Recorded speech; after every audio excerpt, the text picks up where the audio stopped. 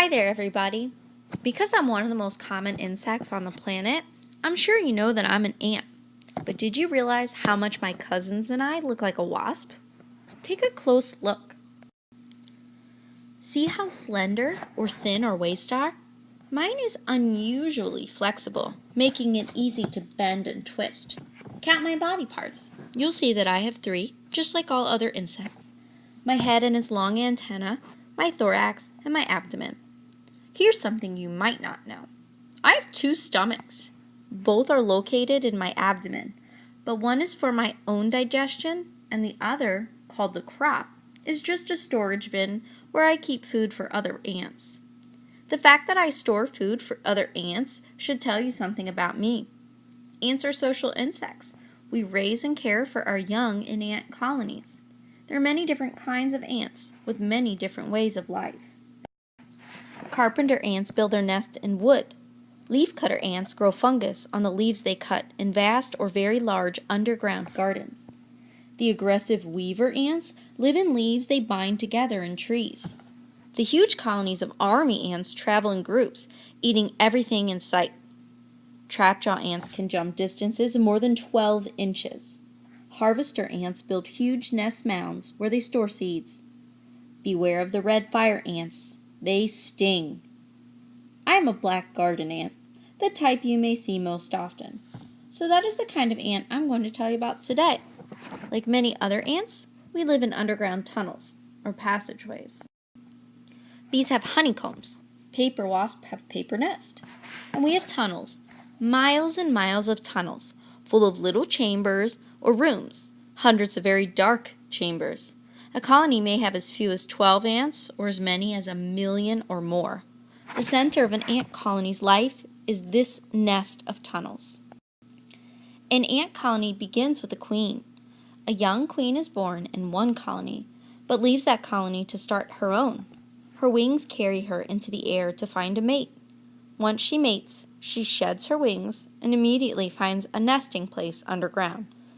There, she builds a chamber and seals herself to lay her eggs. When ant larvae hatch, the queen cares for the first brood herself, feeding them with her own saliva as they change from worm-like larvae into pupa and finally adults. The queen does not leave the nest this whole time, getting nutrition from her now useless wing muscles in order to survive. Ants undergo a complete metamorphosis. Most of the eggs develop into small female worker ants that begin their lifetime of hard work by gathering food for the queen, making sure she is well fed. The queen will never leave the nest again, living there for 10 to 20 years, perhaps even longer. As the mother of the colony, she has her own special chamber. Her only job from this point on is to lay eggs. The worker ants carry the eggs from the queen's chamber into nurseries where they keep the eggs clean and moist by licking them until they hatch. Then they carry the larvae into separate chambers to feed them. Black ants eat other insects, any crumbs that we can find, and the honeydew of aphids. We chew the food up well and put it in a pouch in our mouths where the liquid is squeezed out of it. We spit out the solid parts and swallow the liquid. Remember, we have two stomachs, one being a crop for storing food, so worker ants come back to the nest with crops full of food for the young. As they grow, the larvae molt a few times, and after a few weeks, they spin cocoons. The worker ants move these newly formed pupa into much drier chambers where they rest until they are ready to gnaw their way out into the world. As social insects, ants cooperate in many ways. When these new workers emerge, some will help care for the queen and larvae, and some will build and repair the tunnels, but others will guard the nest. These guards, called soldier ants, have larger heads and jaws than the other ants, and they place their bodies across the entrance to the nest to defend the colony. All ants, including soldier ants, emit chemical signals that other ants smell with their antennae. Soldier ants use these signals to warn the colony of danger. This is one way that ants communicate or share information. Another way ants communicate is through touch. If an ant is hungry, it taps a food gathered lightly with its antenna to let it know that it would like to eat. They exchange the food mouth to mouth in what looks like little kisses. When food is shared, the ants also share and pass along some chemical information important for the entire colony. If one of the ants gets trapped when the soil around us caves in, we produce a squeaky sound by rubbing joints together, and other ants hear the cry for help through their legs. Before I leave, I want to introduce you to another social insect that some people mistakenly call white ants. Do you think these look like ants? They're not. They are termites. Termites are more closely related to cockroaches, and yet they do not have hard exoskeletons. They are soft-bodied and nearly blind.